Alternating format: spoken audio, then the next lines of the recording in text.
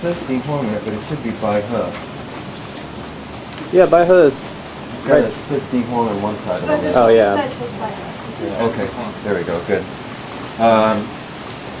So this is a lily, and this particular one that we've got material of here is Lilium sargentiae, and it's not one of the primary species used traditionally, but it's a beautiful white trumpet flower, and so if you look at traditionally what is typically used, the species that are typically used for this remedy, they are the best ones are considered the white trumpet flower ones. Normally it's Lilium brownii and Lilium longiflorum that are like the primary ones, and those are both big white Easter-like lilies. This has that kind of similar flower. And these are perennials. I'm going to talk about them as plants first. And they, you know, some people put lilies into too much shade. They really like to be actually in a fair amount of sun. If they get too much shade, then they can tend to sometimes rot. So actually putting them into a well-drained area with good sun is good for lilies. And this particular one, there's a couple species that do this, like tiger lilies do this. This one also produces bulbules where the leaves attach to the stems that are able to be used for reproducing the plant, vegetative reproduction. So it does produce seeds from after the flowers, but it also produces these bulbules in what we call the leaf axils that can be used for reproduction, and it's quicker and easier to reproduce the plant from them.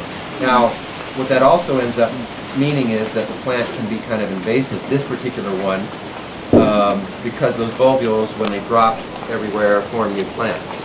That's great if you want lots of this plant, but if you don't, then my suggestion is to try and grab those bulbules when they're small before they drop off of the stems and collect as much of them as you can. And then once you see any that did manage to drop, starting to grow, get them out before they get big, because then they start to get deeper, and it's a little bit of a chore to take them out. It's not terrible.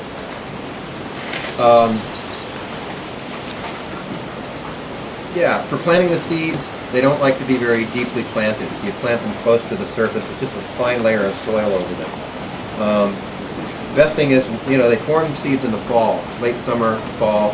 Plant them right then, let them be outside and get some cold exposure, and whatever cold we have in our winters. And then generally they'll start to germinate. If the seeds stay good, the next spring they'll germinate. So. Question. Can you plant them now, for instance? Yeah, you could. Definitely. Okay, it doesn't need to stay on the winter. Okay. No, I mean, you could plant them now, but it might end up being too short of a time. They do have a certain period where they need to develop in the cold. The embryo needs to sort of develop, so, you know, it does require sometimes a dormancy period that may or may not be sufficient here. So it may be enough time still, though, before real warm weather comes that it could possibly be okay. And then the herb, we use the bulb, and older, bigger bulbs are generally considered better. It's a tonify yin herb, and it's great for the yin of the lungs, for formulas where it comes with spirit. It's not cloying or sticky or greasy, so it's easy to digest. And it's great for, I use it for insomnia problems, I use it for anxiety and panic attacks and restlessness and agitation, and I even use it, lily has an interesting, you know, if you think about the symbolism of lilies, I mean, white lilies particularly, they're used for this idea of symbolizing purity and a restoration of innocence. And I use it actually for issues that involve intimacy loss, or trust issues where somebody's been hurt emotionally, possibly even, you know, something like physical, sexual abuse, that kind of thing. And then you want to help restore trust and some purity or innocence to the heart again, so to speak. And I know that the Native Americans, some tribes actually used it for reproductive masses. interestingly. Also, it's used as a food too. It's one of these herbs that can be used as food. You can use it fresh or dried and cook with it. And it's really a very nice herb. It tastes mildly sweet. You can saute it with vegetables or put it in soups,